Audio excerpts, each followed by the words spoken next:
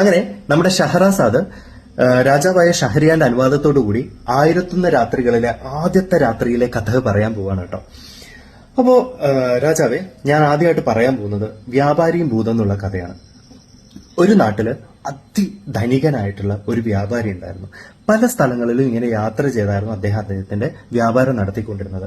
അങ്ങനെ പതിവ് പോലെ ഒരു കുതിരയുടെ മുകളിൽ ഇങ്ങനെ പോകുന്ന സമയത്ത് ചൂട് കാരണം ആൾക്കൊന്ന് വിശ്രമിക്കണം തോന്നി. ആള് കണ്ടൊരു മരത്തിന്റെ ചുവട്ടില് വിശ്രമിച്ചു. ഉടനെ അയാൾ ഒരു സഞ്ചി എടുത്തിട്ട് ആ സഞ്ചിയിൽ നിന്ന് ഒരു ഈന്തപ്പഴം എടുത്ത് കഴിച്ചിട്ട് അതിന്റെ കുരു ഇങ്ങനെ പുറകിലേക്ക് ഇറങ്ങി. പെട്ടെന്ന് അതിനൊരു ഭൂതം അവിടെ ഇങ്ങനെ പ്രത്യക്ഷപ്പെട്ടു. കണ്ണിൽ തീപ്പന്തം പോലെയുള്ള കണ്ണും അതേപോലെ തന്നെ കയ്യിലൊരു വാളൊക്കെ ആയിട്ട് ഇങ്ങനെ ആക്രോശിച്ചുകൊണ്ടാണ് അയാൾ വരുന്നത്. എടാ, നീ എന്റെ മകനെ കൊന്നല്ലേ, നിന്നെയും ഞാൻ കൊല്ലും എന്ന് പറഞ്ഞിട്ട്.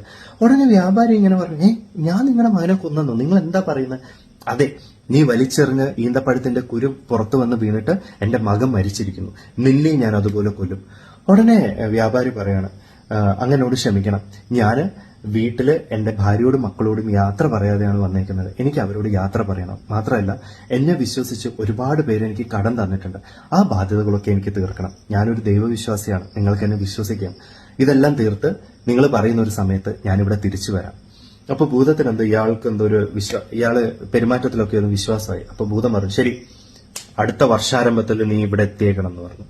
ആളെന്ത് ചെയ്തു, വീട്ടിൽ ചെന്ന് ഭാര്യയോടും മക്കളോടൊക്കെ യാത്ര പറഞ്ഞ് സ്വത്തൊക്കെ അവരുടെ പേരിൽ എഴുതി കൊടുത്ത് കടം മേടിച്ചെടുത്തുന്നൊക്കെ തിരിച്ചു കൊടുത്ത് ബന്ധുമിത്രാദികളോടൊക്കെ യാത്ര പറഞ്ഞ് ആളവിടെ വന്നെത്തി. തന്റെ സ്വന്തം ശവമഞ്ചവും കൊണ്ട് ആളവിടെ വന്നെത്തി ഭൂതത്തിന്റെ വരവും കാത്തി ഇങ്ങനെ കരഞ്ഞുകൊണ്ടിരിക്കുകയാണ്. അപ്പോൾ ആ വഴി ഒരു ചങ്ങലയിലിട്ട മാലിനെയും പിടിച്ചുകൊണ്ട് ഒരു ഷെയ്ക്ക് വരികയാണ്. അപ്പോ ഇയാളെ കണ്ടിട്ട് തന്നെ ഷെയ്ക്ക് ചോദിച്ചു, അല്ല എന്താ ചങ്ങാതി ഈ പ്രേതബാധയുള്ള സ്ഥലത്ത് ഇങ്ങനെ ഒറ്റയ്ക്കിരിക്കുന്നത്? ഉടനെ തന്റെ ഈ ഒരു വിഷമ കഥ വ്യാപാരി ഷെയ്ക്കിനോട് പറഞ്ഞു കൊടുക്കുകയാണ്. അയ്യോ, ഷെയ്ക്ക് വരെ വിചിത്രമായിരിക്കുന്നല്ലോ ഇങ്ങനെ ഒരു കഥ. എന്തായാലും ഭൂതം വരുന്നവരെ ഞാനിവിടെ ഇരിക്കാം, ഇതിന്റെ അന്ത്യം എന്താന്ന് എനിക്ക് അറിയണം. കുറച്ച് കഴിഞ്ഞപ്പോഴേക്ക് രണ്ടാമതൊരു ഷെയ്ക്ക് വരികയാണ്. ആളുടെ കയ്യിൽ 2 കറുത്ത വേട്ടപ്പെട്ടികളാണ് ഉള്ളത്. അപ്പോഴേക്ക് ചോദിച്ചു, നിങ്ങൾ എന്താ ഈ അപകടം നിറഞ്ഞ ഈ സ്ഥലത്ത് ഇങ്ങനെ ഇരിക്കുന്നത്, എന്താ കാര്യം എന്ന് ചോദിച്ചപ്പോഴേക്ക് ആളോടും ഈ ഒരു കാര്യം ഇങ്ങനെ പറയാണ്. വ്യാപാരിയുടെ കഥയൊക്കെ പറയാണ്. ഓ ശരി, എന്നാ ഇതിനെന്താ അവസാനം അറിയട്ടെ എന്ന് പറഞ്ഞ് ആളവിടെ ഇരിക്കുമ്പോഴേക്കും മൂന്നാമതൊരു ഷെയ്ക്കും കൂടി വരികയാണ്.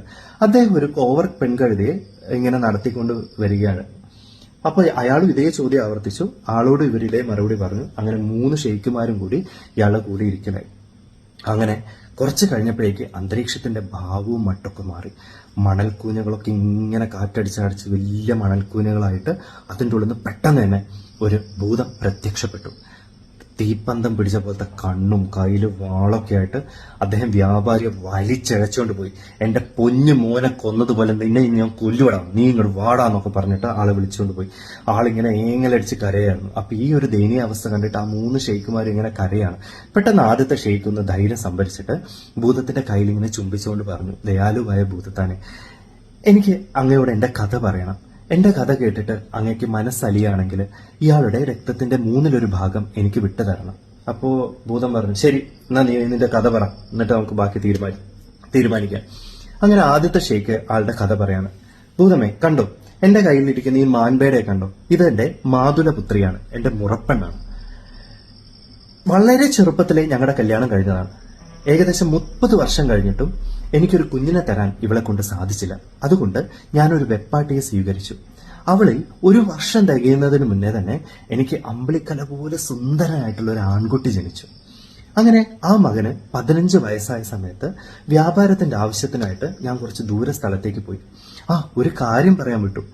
ഈ മാനുണ്ടല്ലോ, എന്റെ മുറപ്പെണ്ണ്, ഇവള് ചെറുപ്പം മുതലേ മാന്ത്രിക വിദ്യകളൊക്കെ പഠിച്ചിട്ടുണ്ടായിരുന്നു. അങ്ങനെ എന്റെ അഭാവത്തില് എന്റെ വെപ്പാട്ടിയും മകനെയും ഇവള് കന്നുകാലികളാക്കി മാറ്റി വീട്ടിലെ തൊഴുത്തിൽ കൊണ്ടുപോയി കെട്ടി, കന്നുകാലികളുടെ കൂട്ടത്തില്.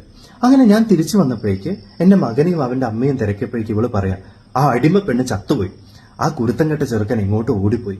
അതെന്റെ ഹൃദയം തകർക്കുന്നതായിരുന്നു. ഞാൻ 1 വർഷം കരഞ്ഞ് അങ്ങനെ ജീവിച്ചു. അങ്ങനെ ആ അടിമപ്പെണ്ണ്, അതായത് വെപ്പാട്ടി മരിച്ച 1 വർഷം തികയുന്ന ദിവസം ഞാനൊരു വിരുന്നൊരുക്കാൻ വേണ്ടിയിട്ട് ജോലിക്കാരോട് ഒരു പശുവിനെ കശാപ്പ് ചെയ്യാൻ വേണ്ടി കൊണ്ടുവരാൻ പറഞ്ഞു. അവർ കൊണ്ടുവന്നത് ഇവള് മന്ത്രവാദത്താൽ മാറ്റിയ എന്റെ മകന്റെ അമ്മയായിരുന്നു. എന്നെ കണ്ട ഉടനെ അത് ദയനീയമായിട്ട് എന്നെ നോക്കുകയും കരയൊക്കെ ചെയ്തു. എനിക്കതിനെ കൊല്ലാൻ തോന്നിച്ചില്ല. അതുകൊണ്ട് ഞാൻ ജോലിക്കാരോട് ആ ജോലി ഏറ്റെടുക്കാൻ പറഞ്ഞു. അവരതിനെ കൊന്നു. അതിൽ ഒട്ടും ഇറച്ചി ഉണ്ടായിരുന്നില്ല, എല്ലും തോലും മാത്രമായിരുന്നു. അത് ഞാൻ അവരോട് തന്നെ എടുക്കാൻ പറഞ്ഞു. പകരം ഒരു കന്നുകുട്ടിയെ കൊണ്ടുവരാൻ പറഞ്ഞു.